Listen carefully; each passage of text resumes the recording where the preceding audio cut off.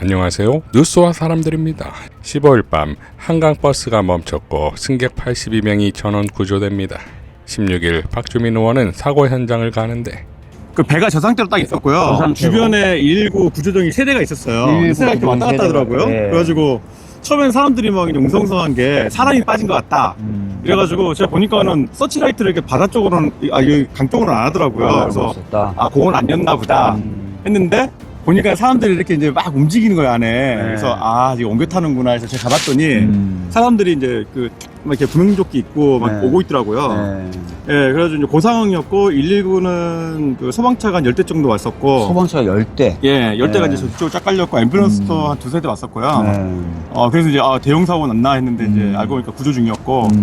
뭐 사람들은 좀 분위기가 약간 좀 흥분해 있었고요. 화가 났어. 화가 났었죠. 예, 화난 상태였고 짜증도 내고 막 뭐 다시는 안 탄다 그러고 저도 그래갖고 지금 무슨 일인가 물어봤더니 잘 말을 안 하려고 그러신 거예요. 막 화내시면서. 근데 한 분이 선내 방송은 수심이 얕아져서 배가 지금 진입이 안 된다 그렇게만 설명을 했대요.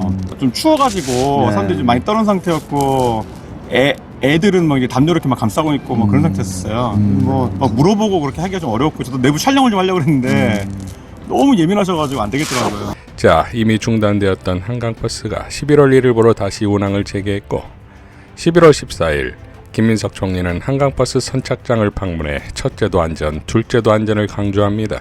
그런데 다음 날인 15일 바로 이런 사고가 난 것이고 그러니 16일 김민석 총리는 윤호중 행안부 장관에게 사고 원인을 규명하고 안전대책을 점검하라고 지시했습니다.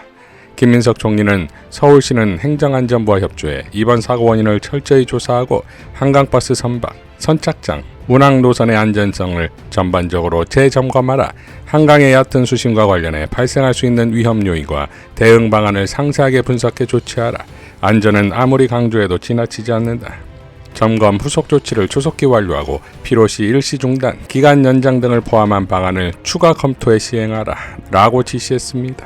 자, 지난 국정감사에서 한강버스가 교통수단으로서의 가치가 없다고 지적하자 오세훈은 꼭 빨라야만 하는 건 아니라고 해 시민들을 분노케 했는데 설마 이번 사고에 대한 예상 답변이 교통수단이 꼭 움직여야만 하는 건 아니라고 하진 않겠지요?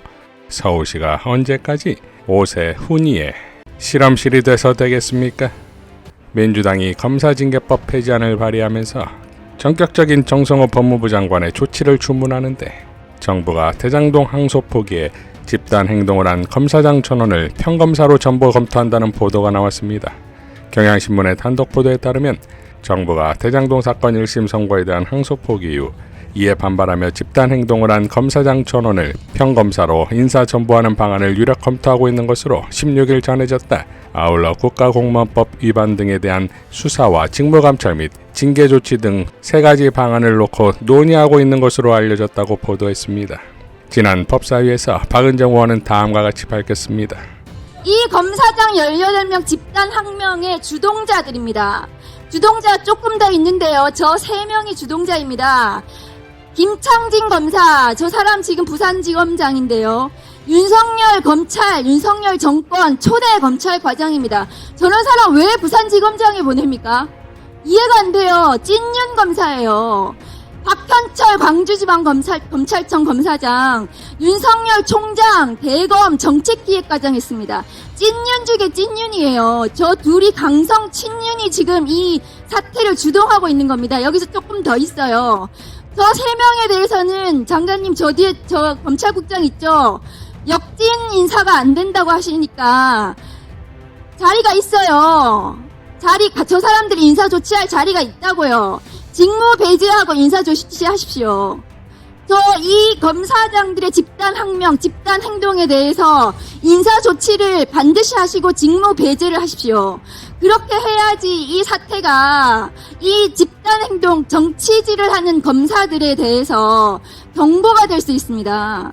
그런데 장관님, 이 강성들 친윤들이 지도하는 이 항명 사태에 대해서 앞으로 어떤 일이 벌어질 건가 하면은요, 저 검사들은 앞으로 2,300명의 검사들이 모두 다 떠들기 시작할 겁니다. 이 사태는 장관님이 저렇게 인사조치하고 징계하고 감찰하고 수사하지 않으면은 진정이 되지 않습니다. 장관님, 이 사태가 검사들하고 타협하실 사안이 아니에요. 정부가 인사권과 징계권과 수사권을 가지고 있습니다. 이 국기문란 사건에 대해서 단호하게 조치하셔야 됩니다. 그러니까 세 가지 방안 중 하나를 고르는 것이 아니라 모두 수행되어야 하지요.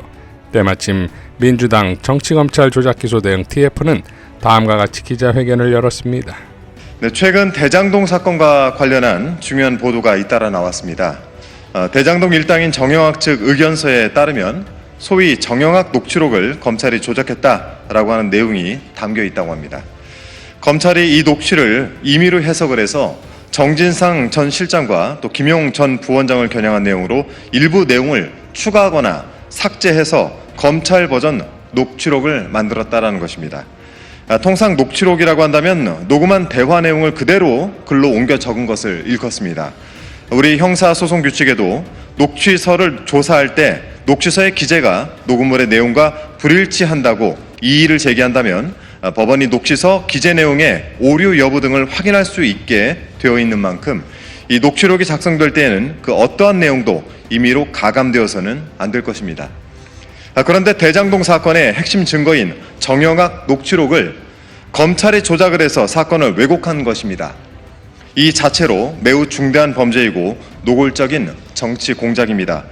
정영학 측 의견서와 대장동 사건 관련자들의 법정 증언을 통해 검찰이 대장동 사건 수사 과정에서 녹취록을 자의적으로 편집, 삭제, 삽입하여 사실상 조작된 검찰 버전 정영학 녹취록을 만들어낸 것이 드러났습니다. 검찰이 오로지 이재명 죽이기에 혈안이 되어 이른바 대장동 사건의 핵심 증거를 조작한 대표적인 범법 행위는 다음과 같습니다.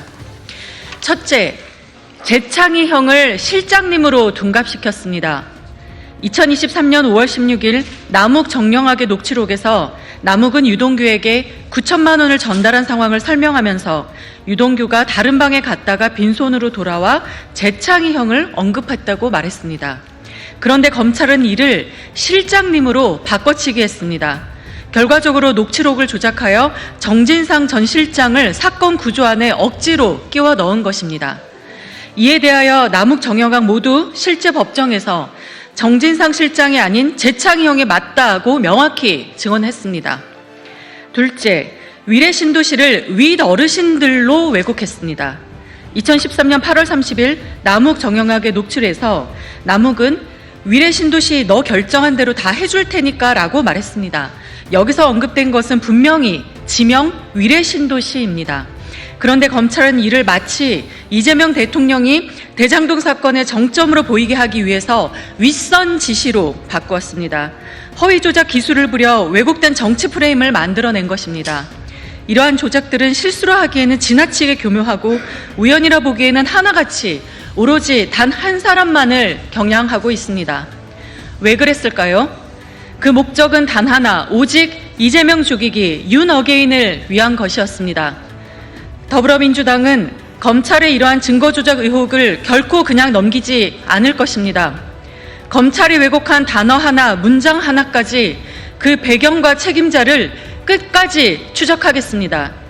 검찰은 즉시 국민 앞에 모든 진실을 공개해야 합니다. 그리고 증거 조작에 관여한 검사, 지휘라인, 묵인한 책임자까지 모두 법의 심판대 위에 서야 할 것입니다. 자, 이미 초토화로 쑥대밭을 만들어 놓고 국정조사 가야지요. 검찰의 1년은 준비의 기간이 아니라 괴멸의 기간이 될 것입니다. 이상 뉴스와 사람들이었습니다. 시청해 주셔서 감사드립니다.